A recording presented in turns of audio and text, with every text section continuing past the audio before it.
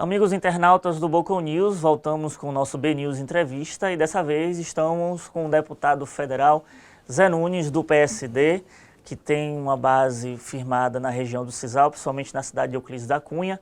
Foi deputado estadual por 4 vezes e agora está no seu segundo mandato de deputado federal. Tudo bem, deputado? Tudo bem, Vitor. É um prazer enorme estar aqui com vocês, participando desse movimento. Pois bem, a gente vai falar de vários assuntos, deputado, e o primeiro que eu quero saber do senhor é o seguinte: como é que o senhor está analisando essa situação política que o Brasil vive? A gente está em um momento de reformas, está em um momento de que o presidente Michel Temer não anda bem avaliado. Como é que está essa situação? Como é que está a questão também da reforma política? Veja bem, o Brasil passa por um momento de muita turbulência política. E isso já vem realmente há algum tempo, vamos dizer, de uns 3 anos para cá, a coisa tem avolumado e desencadeou no impeachment da Dilma, não é? E hoje temos um presidente que não está sendo bem avaliado em função de tudo isso que está acontecendo e turbinado pela questão econômica. O Brasil vive um momento muito grave na questão da economia e isso tem levado, certamente, o presidente a estar cada vez mais desgastado, de forma que, juntando a questão política, as reformas em andamento, a economia, tem levado o presidente Temer a ter uma impopularidade nunca vista na história desse país. O senhor acredita que a gente está no meio de uma possível cassação da chapa Dilma Temer e uma iminência de uma possível queda do presidente Temer? Acredita que ele consegue levar o mandato até o final? Veja bem, amanhã começa o julgamento no TSE, não é? Eu tenho a impressão que esse julgamento vai perdurar por alguns meses. Aí começa a questão de pedido de vista, etc. Sempre se encontra forma de protelar. E de forma que eu acho que nós vamos passar talvez esse ano, esses 9 meses que faltam para terminar o ano, nesse lenga-lenga, não é? E de forma que terá um desfecho. Eu acho que o momento político é favorável para a cassação. Sim. Porque quando você vê as pesquisas aí com 70 e tantos por cento de rejeição, se cria um ambiente favorável à cassação. Se isso vai acontecer ou não, é muito difícil a gente fazer essa previsão, mas acho que caminha para isso. Reforma política, o senhor é a favor ou contra a lista fechada? Olha, veja bem, nesse momento é muito complicado você dar um palpite se vai passar, não vai passar, se é contra ou a favor. Estamos analisando. Há 2 anos atrás, eu votei a favor da lista fechada, porque entendia que era a melhor forma de se evitar a corrupção eleitoral. Nós vivemos num país onde, infelizmente, a corrupção eleitoral está estampada em tudo. Por quê? Os candidatos gastam dinheiro demais. Essa coisa de dizer o TSE disponibilizou tantos R$1.000 para a campanha do deputado A, do partido tal, tantos para o partido B, sempre foge da realidade. Quase todos os candidatos terminam gastando muito mais do que aquilo que está lá na prestação de contas. Não sei se você concorda, mas é a grande verdade. E esse dinheiro sempre funcionou por fora, o Caixa 2. Eu pergunto, será que vai acabar o Caixa 2 nesse país? Acho muito difícil. A lista fechada talvez fosse o mecanismo capaz de acabar com o Caixa 2, de acabar com a corrupção eleitoral e de forma que seria um bom negócio. Agora, nesse momento, a imprensa toda está contra a lista fechada. Por que está contra a lista fechada? Porque acha que é um instrumento para que todos aqueles que têm mandato possam se reeleger. É essa concepção que rola no país inteiro, que a lista fechada, os partidos vão privilegiar aqueles que já têm mandato, ou quem sabe fazer uma lista ao bel prazer dos presidentes dos partidos, onde teria o filho, o pai, a avó, o irmão. Eu não acredito que essa hipótese pudesse prevalecer, até porque o partido que agir dessa forma, certamente ele vai perder credibilidade junto ao eleitor e não vai ter os votos suficientes para eleger uma quantidade razoável de deputados. De forma que é uma coisa polêmica, precisa ser bem analisada, mas a princípio eu diria que sou a favor da lista fechada. Reforma trabalhista. Uma das primeiras nuances, um dos primeiros projetos que perpassam por essa reforma trabalhista, está por vir, uma mais densa, um dos primeiros foi a terceirização do trabalho. O senhor foi a favor da terceirização, por quê? Eu fui a favor porque me convenci de que era o melhor para o país. A terceirização ela já existe há mais de 30 anos no Brasil. Você vê, tem empresas que terceirizam, os estados terceirizam por demais e todos os municípios. Eu gostaria de lhe perguntar se você conhece algum município, algum estado que não tenha mão de obra terceirizada, inclusive na atividade fim. Você vê, vamos dizer, o estado da Bahia, por exemplo. Quantos médicos tem terceirizados? Me parece que mais de 80% dos médicos que atuam no estado da Bahia são terceirizados. Enfermeiros, etc. É atividade fim na área de saúde. Se você olhar nas outras áreas de auxiliar de serviços gerais, vigilantes, porteiros, etc., quase todos terceirizados. Então, essa atividade já está terceirizada há muito tempo. O que a terceirização fez, na minha avaliação, foi melhorar um pouco o que já existia.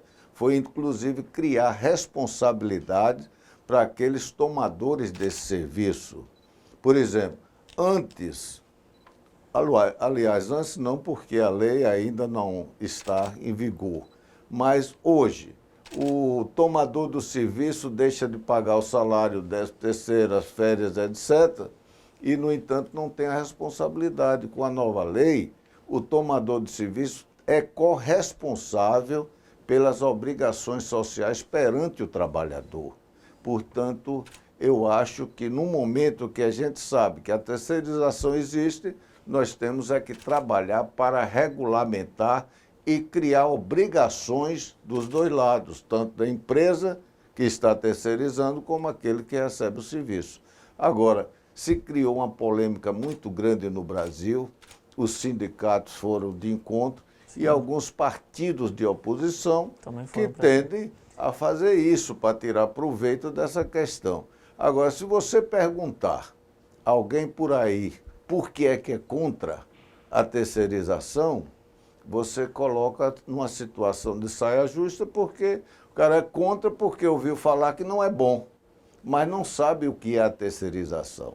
A verdade é o seguinte, eu como parlamentar, eu costumo votar com minhas convicções, de forma que eu não votei pela questão partidária, porque entendi que precisava realmente regulamentar uma coisa que já existe.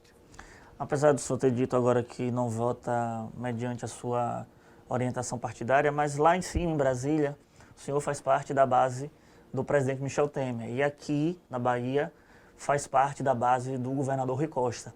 Recentemente tivemos 2 episódios, um com o deputado João Gabassalá e outro com o deputado Mário Negro Monte Júnior, que eles foram vaiados porque votaram a favor da terceirização. E, inclusive, estavam no palanque junto com o governador Rui Costa. O senhor não tem receio de passar por essa mesma saia justa? Não, eu não tenho receio, até porque acho que eles não foram felizes no momento.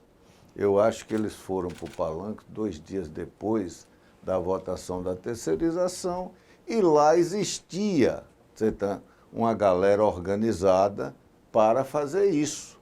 De forma que acho que tem que saber realmente fazer a condução do processo na hora certa.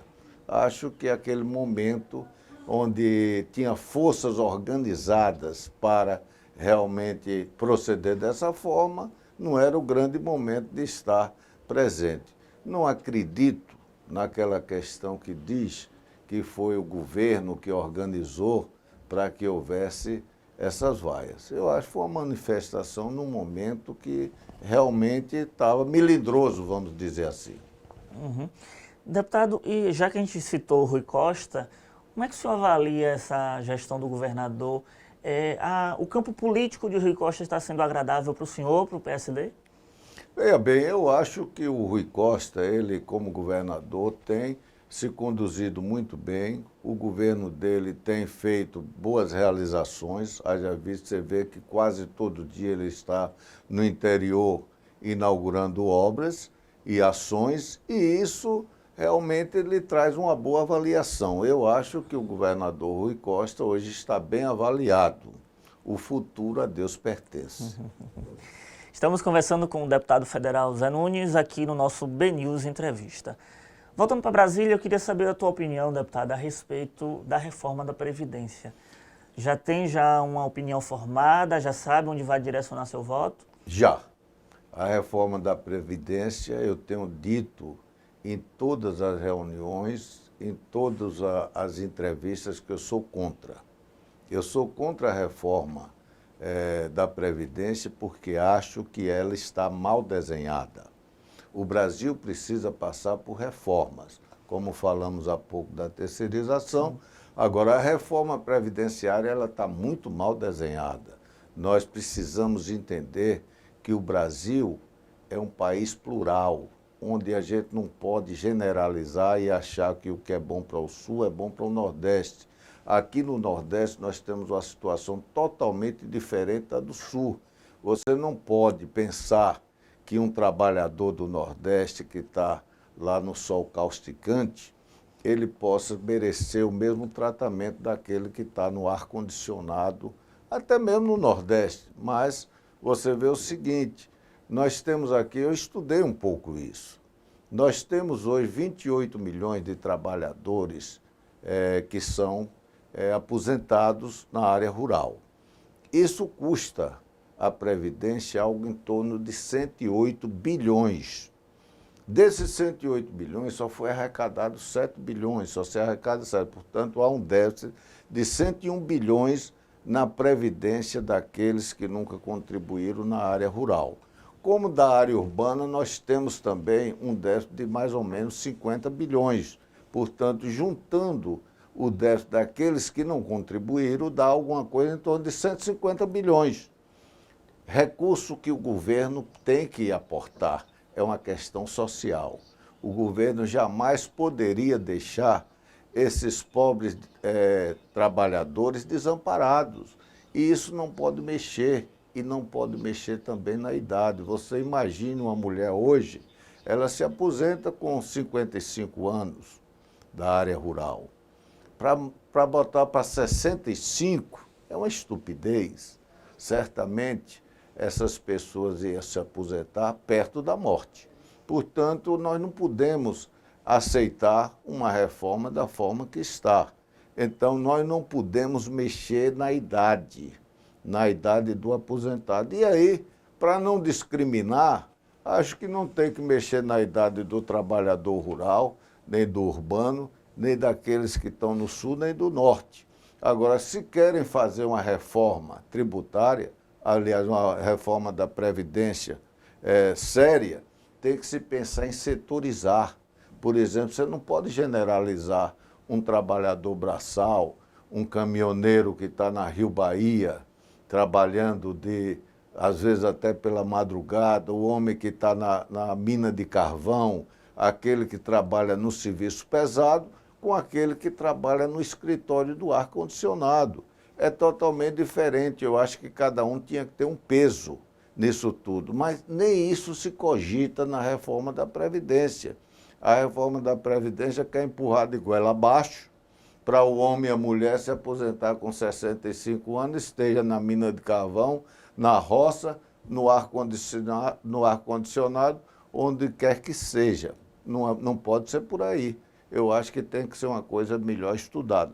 Agora, avançando ainda no déficit, a gente vê um déficit de mais 150 bilhões na área pública. Aqueles que se aposentam, os funcionários públicos de um modo geral, eles geram um déficit de 150 bilhões, que juntando com os outros 50 dos que não contribuíram, dá 300. Aí o governo não aguenta. Porque quando se diz, e muitos políticos dizem de oposição, a Previdência é superavitária. Se fosse somente com aqueles trabalhadores normais, daria para pagar e sobrava. Então eu sou a favor que ela continue sendo com a mesma idade, com a mesma contribuição e que a sobra dessa contribuição dos empregados do comércio e da indústria sirva para cobrir o rombo daqueles que nunca contribuíram. Agora, tem que se encontrar uma forma de resolver o setor público.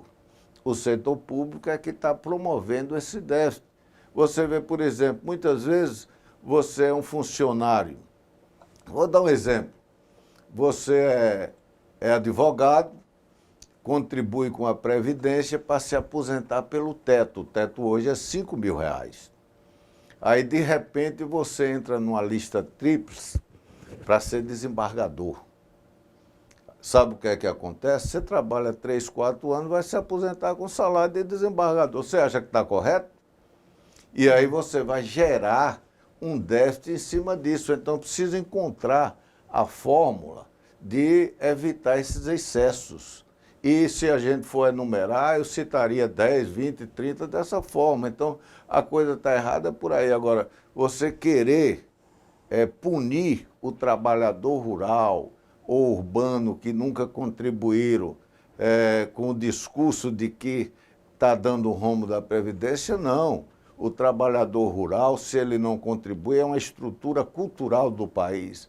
E acho que não deve contribuir mesmo, porque eles não teriam a condição de botar o pão na mesa pagando a Previdência. E quando ele termina a sua idade de 55 ou 60 anos, no caso do homem, ele tem que ter o direito à aposentadoria. Por isso eu sou contra a reforma da Previdência. Estamos na entrevista com o deputado federal Zé Nunes, do PSD.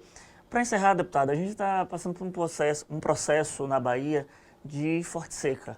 Apesar das chuvas que aconteceram nas últimas semanas, não são suficientes ainda para amenizar a situação que se acontece desde dezembro do ano passado, que foi intensificado com a chegada do verão. Quais são as ações que o deputado tem feito junto a Brasília para tentar amenizar essa situação da seca aqui no semiárido, na Caatinga, aqui no nosso estado? Veja bem, eu tenho uma atuação forte justamente na região que é mais castigada pela seca. Euclides da Cunha, Ribeira do Pombal, Tucana, Aracique, Jingue, a região do Sisal como um todo, aquele sertão sofrido lá de Canudos, de Macururé, do Auá, e, portanto, eu conheço isso como a palma da minha mão, sei do sofrimento. Passei desde o mês de fevereiro trabalhando muito forte para tentar encontrar meios de amenizar o sofrimento. E conseguimos, inclusive, baixar o preço do milho para a ração, não é? Junto à Conab.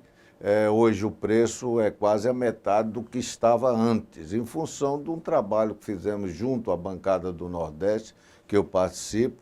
Temos um presidente muito atuante, que é o deputado Júlio César, lá do Piauí, que me ajudou bastante nessa questão, como também junto aos bancos oficiais, a gente vem trabalhando justamente para amenizar a questão daqueles que perderam o crédito em função de não poder pagar por conta da seca. E hoje você sabe que tem um rebate de 95%, é quase anistiar o débito, mas tem até 95% para aqueles pequenos produtores, que eles pagando 5%, eles ficam reabilitados a contrair novos empréstimos. Então, é o que se tem podido fazer.